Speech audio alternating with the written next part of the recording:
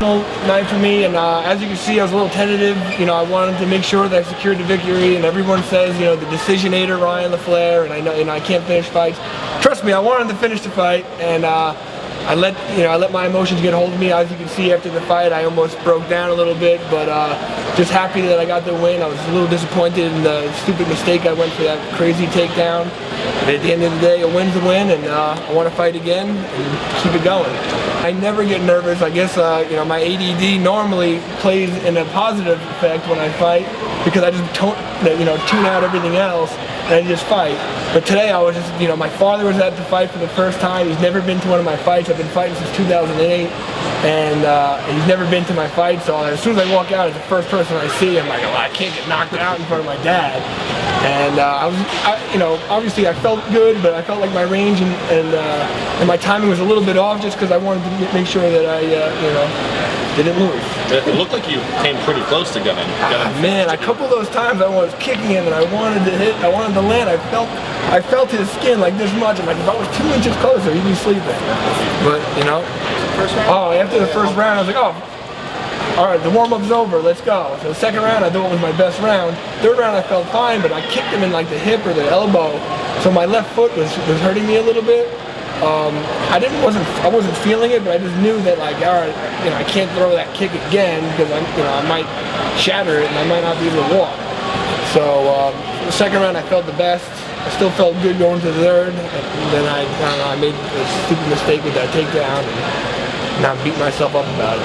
Did you talk to your dad after the fight? I haven't talked to him yet. I just kind of went straight to the doctor. They got stitched up, and then did some interviews. What kind of feedback does he normally give you after a fight? My dad's the most. If you met him, you would think that he's confident and secure guy, but he's like the most nervous guy ever. You think he's like a 15-year-old girl when it comes to me fighting. So I'm curious to see what it was like. To what extent did it excite you that he was there to see it? Like, how did it change things? Yeah, I wanted to impress him. Like I said, as soon as I walked out, I'm like, I'm always ready. I'm game face on, like, let's go.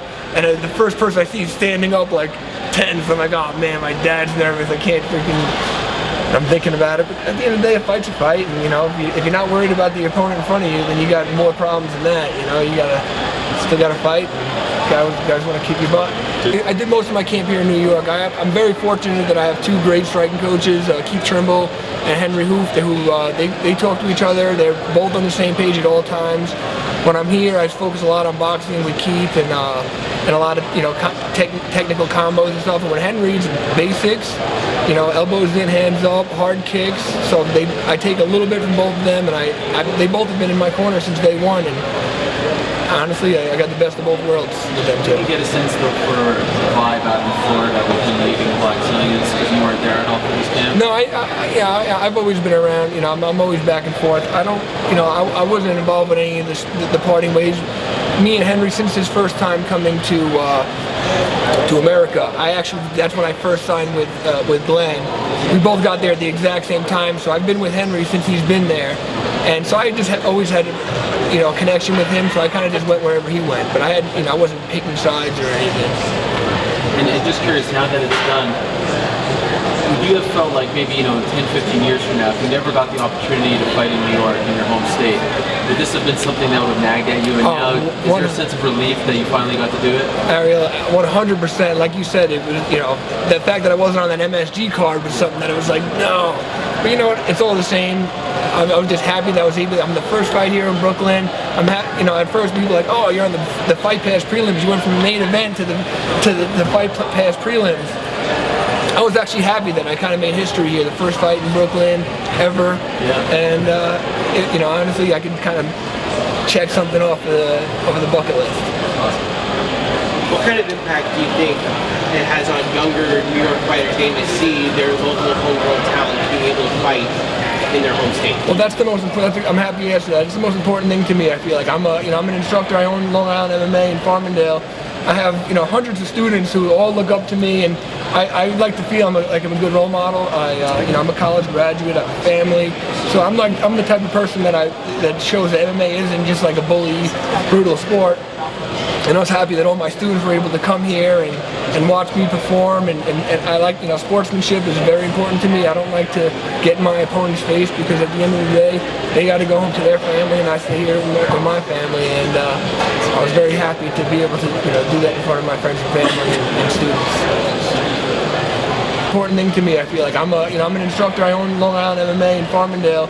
I have hundreds of students who all look up to me, and I like to feel I'm a good role model. I'm a college graduate, I have a family, so I'm the type of person that shows that MMA isn't just like a bully, brutal sport.